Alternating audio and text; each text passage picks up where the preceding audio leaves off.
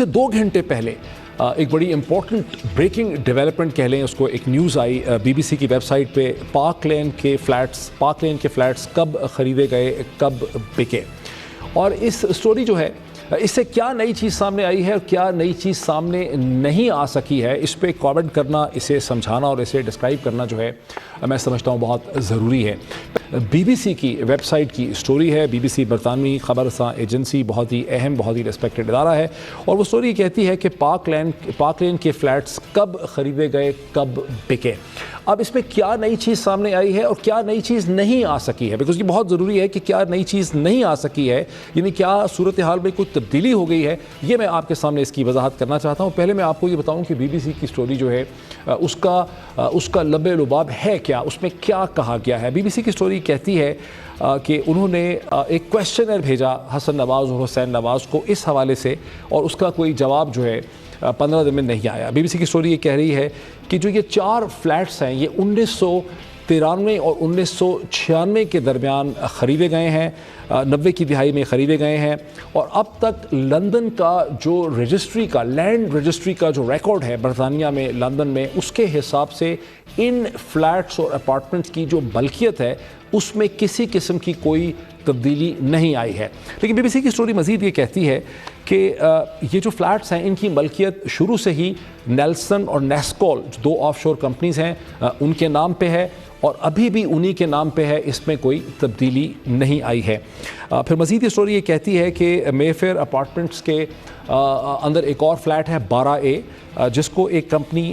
Flag شپ investment limited company جو حسن نواز کے نام پہ ہے، جو ایک کمپنی 2001 میں رجسٹر کی گئی، اس نے 12A کا جو فلیٹ ہے مے فیئر اپارٹمنٹس کا، اس کو 2004 میں خریدا. اور جب خریدا تو حسن نواز نے اس کے لیے اپنا جو ایڈریس دیا ہے وہ انہی اپارٹمنٹس کا، جو ایون فیلڈ کے اپارٹمنٹس ہیں جہاں وہ رہائش پذیر تھے، اس کا ہی انہوں نے ایڈریس دیا ہے. بی بی سی کی سٹوری یہ بھی کہتی ہے کہ اور بھی بہت سی کمپنیز جو ہیں وہ کریٹ کی گئیں، اور ہر دفعہ جب وہ کمپنیز حسن نواز یا حسین نواز نے کریٹ کی تو انہوں نے ایون فیلڈ اپارٹمنٹس ہی کا ایڈریس جو ہے وہاں پہ دیا ہے. مزید تفصیلات میں یہ بتا دوں کہ پہلا فلیٹ جو ہے، بی بی سی کی سٹوری کہتی ہے کہ 17 ایون فیلڈ ہاؤس جو ہے اسے 1 جون 1993 میں نیسکو لمیٹڈ نے خریدا ہے. اسی عمارت میں جو دوسرا فلیٹ نمبر 16 ہے اسے 31 جولائی 1995 کو نیلسن لمیٹڈ نے خریدا ہے. تیسرا فلیٹ جو ہے 16A، اس کی خریداری بھی اسی تاریخ کو عمل میں آئی ہے. اور چوتھا فلیٹ جو ہے 17A، اسے 23 جولائی 1996 کو نیسکو لمیٹڈ نے خریدا ہے. یہ تو بیسکلی طور پہ وہ بنیادی نکات ہیں جو بی بی سی کی سٹوری پارک لین کے فلیٹس کب خریدے گئے، کب بکے، یہ سٹوری 2 گھنٹے پہلے آئی ہے، اس میں یہ بنیادی فیکٹس سامنے آئے ہیں. اب سوال یہ پیدا ہوتا ہے کہ جو بی بی سی کی اب یہ سٹوری آئی ہے، اس سے کیا سپریم کورٹ کے سامنے جو کیس ہے، پاکستان کے اندر جو کیس زیر بحث ہے، جس پہ بہت زیادہ سیاسی لیدے بھی ہو رہی ہے، قانونی لیدے بھی ہو رہی ہے، اس کی قانونی اور سیاسی حیثیت میں کیا کوئی بہت زیادہ فرق پڑ جاتا ہے؟ یہ بات تو بڑی واضح ہے کہ چونکہ ظاہر ہے بی بی سی دنیا کی بہت ہی اہم ایک خبر رساں ایجنسی ہے، اور اس کی سٹوری آنے کے بعد سیاسی اعتبار سے تو پاکستان میں بہت فرق پڑتا ہے. ایک طرح سے آپ کہہ لیں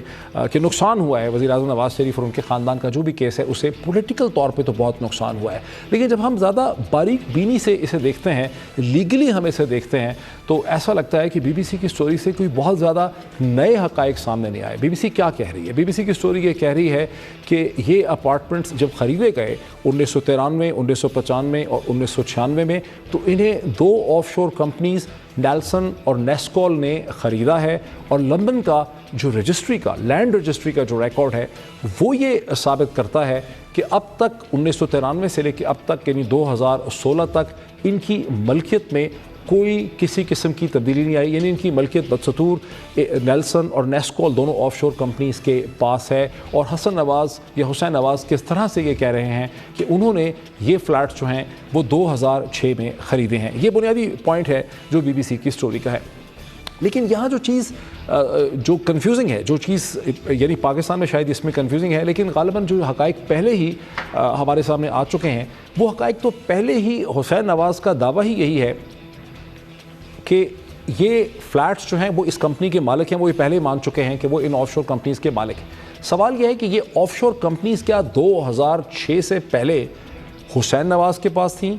یا یہ آف شور کمپنیز جو ہیں یہ کسی اور کے پاس تھی؟ یہ وہ بنیادی قانونی سوال ہے جس پہ مزید جو ہے وہ بحث ہو سکتی ہے. یعنی بی بی سی نے یہ چیز تو اسٹیبلش کر دی ہے کہ ان اپارٹمنٹس کی جو لینڈ کے اوپر جو فزیکل ان کی رجسٹری ہے لینڈ ریکارڈ کے اندر لندن میں، اس میں 1993 سے 2016 تک یا 2006 میں کسی قسم کی کوئی تبدیلی نہیں آئی ہے. لیکن اگر حسین نواز یہ کہہ رہے ہیں کہ یہ کمپنیز جو ہیں ان کے پاس نہیں تھیں، وہ نیسکول اور نیلسن کے مالک نہیں تھے، اور نیسکول اور نیلسن کسی اور کے پاس تھیں، کس کے پاس تھیں یہ ہم نہیں جانتے. یہ چیز جو ہے یہ شریف خاندان کے وکلاء کو عدالت کے سامنے، عوام کے سامنے، میڈیا کے سامنے لانی پڑے گی، لانی چاہیے ان کو اس کو کلیریفائی کرنا چاہیے کہ اگر 2006 سے پہلے، یعنی اگر یہ آف شور کمپنیز تو انہی اپارٹمنٹس کو اون کرتی تھیں، لیکن اگر یہ آف شور کمپنیز ہی بک گئی ہیں 2006 کے اندر، تو پھر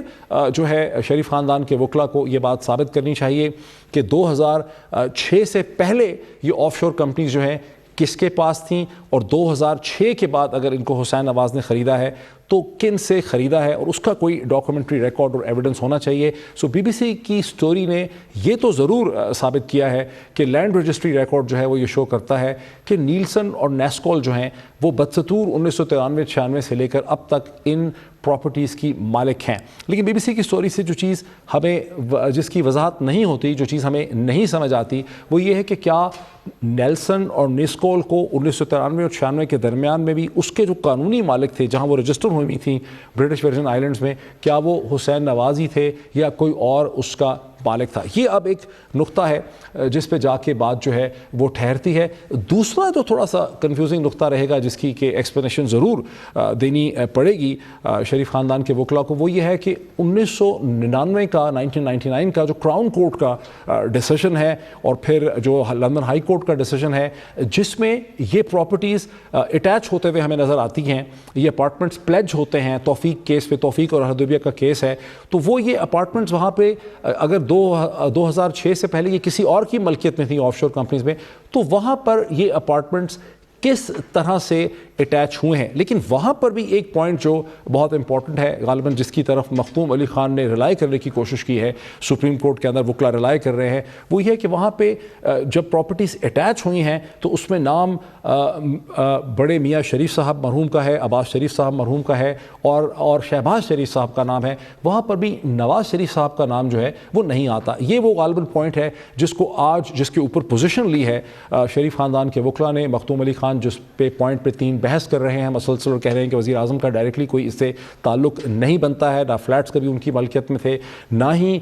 جو ہے ان کا نام لیا گیا ہے پیناما پیپرز میں، تو وہ در حقیقت اس چیز کی طرف جا رہے ہیں. یہ میں نے لیگل سچویشن آپ کے سامنے ڈسکرائب کی ہے. بی بی سی کی جو سٹوری آئی ہے اس کی ڈائسیکشن بھی میں نے آپ کی دی ہے کہ نیا گراؤنڈ کیا بریک کیا ہے بی بی سی نے، اور کیا نیا گراؤنڈ بی بی سی نے بریک نہیں کیا ہے، کن سوالات کا جواب دینے کی کوشش کی ہے یا دے بھی سکے ہیں، لیکن اور کیا مزید جو اس میں جو چھپتے ہوئے سوالات ہیں، مشکل سوال ہیں کہ اس کی ملکیت جو ہے نیلسن اور نیسکول کی، وہ شروع سے کیا حسین نواز کے پاس تھی، یا 1993 اور 96 کے درمیان جب یہ اپارٹمنٹس نیلسن اور نیسکول نے خریدے ہیں تو کہاں ایسا تو نہیں ہے کہ اس وقت اس کی ملکیت کسی اور کے پاس تھی. یہ